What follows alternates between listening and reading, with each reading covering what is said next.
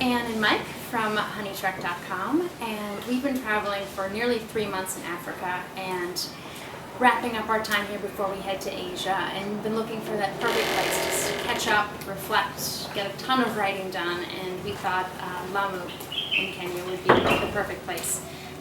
It is a 16-mile long island, and it is the oldest traditional Swahili village still in existence and best preserved.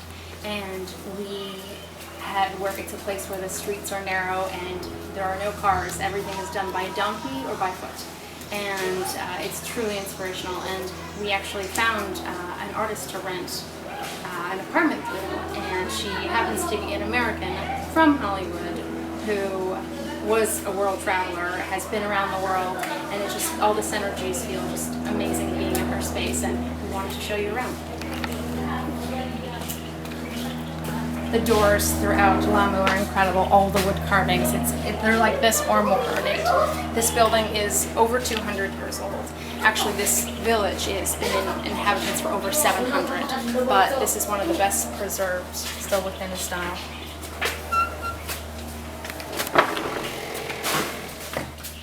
This is the baraza, as they'd call it. Everyone, to keep cool during the day, would put their heads there and sit and chat between the benches. And you can see throughout the apartment a ton. Yoni Waite is the artist's name, and this is some of her work. She did this tapestry over an old mirror. And she owns Wildebeest. And a series of apartments and the gallery is called Wildebeest Galleries. These windows, these decorative windows, were for displays. This is a place of the spice trade where treasures are coming from Asia, from Europe, from Persia, and people were just collectors by nature for this reason. And this incredible molding. Everything is done in coral, and this is coral rock with plaster decoration over it. And then the ceilings are actually mangroves, so they're using the materials directly around this island. And this is the ground floor. It's a series of apartments where a series of families used to live, and now Yoni rents it to various artists working on long-term projects. Kind of like the honey trek. Little nook for relaxing. Lovely day bed. And then we'll take you up to our apartment.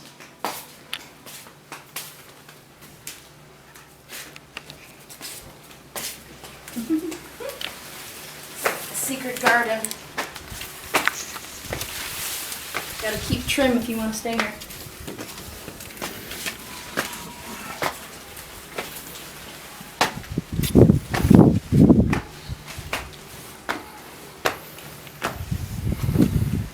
You can start to see some of the traditional wood carvings that are throughout town, and getting into the coral rock, you can see the lines from the coral. Things are still built this way largely too. One of Yoni's paintings.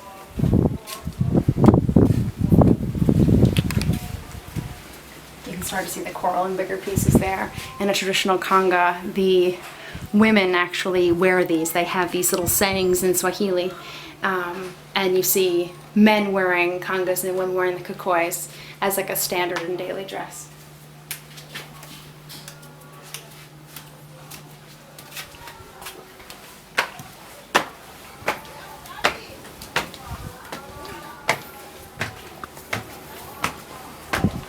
This is our floor. We'll take you to the bathroom first, considering it's the first room. Basic but cute. Using old antiques and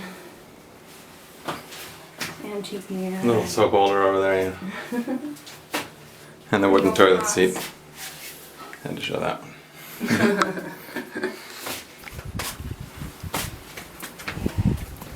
And welcome to our home for the next week or so.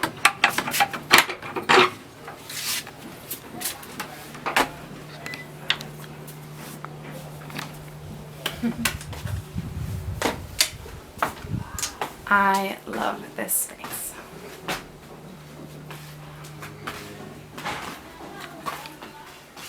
These pillows are actually textiles that Yoni painted on it. They're not screenings of it, it's actually her paint on the fabric, and it just, we've been writing like mad, and this has been our home base.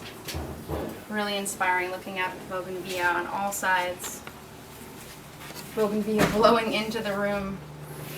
Listening to the cats, the donkeys, and just life go by downstairs. The coral wall again.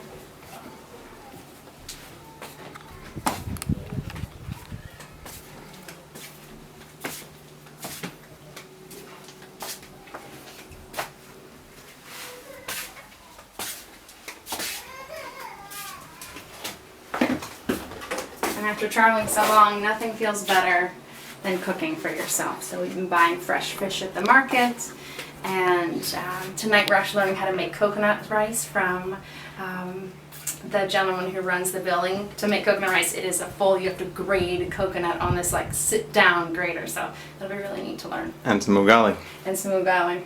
This is the staple of Kenya, actually most of Africa.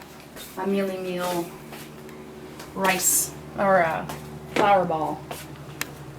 In our dining room, we're eating a lot of granadilla. You can see it in the middle, a variety of passion fruit.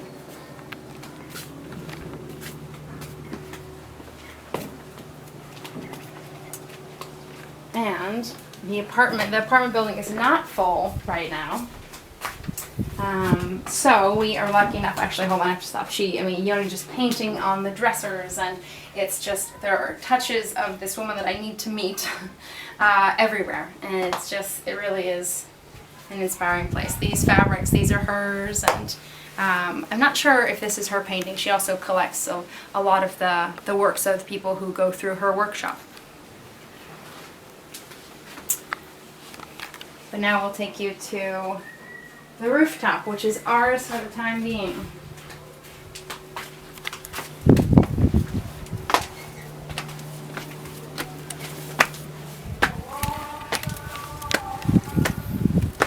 You can hear the sounds. Lamu is 95% Muslim, so the town sort of goes through phases throughout the day. People stopping for prayer, and you can hear sort of the chants. It's really beautiful. This is the other apartment, which is very open air. It's a very cool feel as well.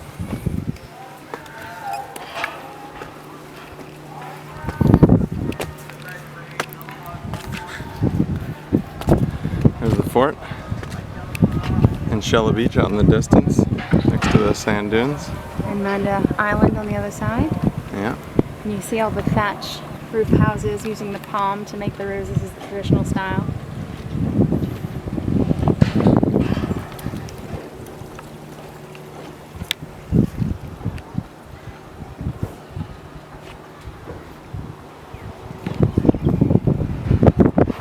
And this adorable seating area. We've been having dinners and breakfast, and we come and do yoga in the morning. And we meet sailing captains. They usually sit in the captain's chair there. Yeah. So that is our tour of Wildebeest and Lamu Island. And this is Honey Trek signing off.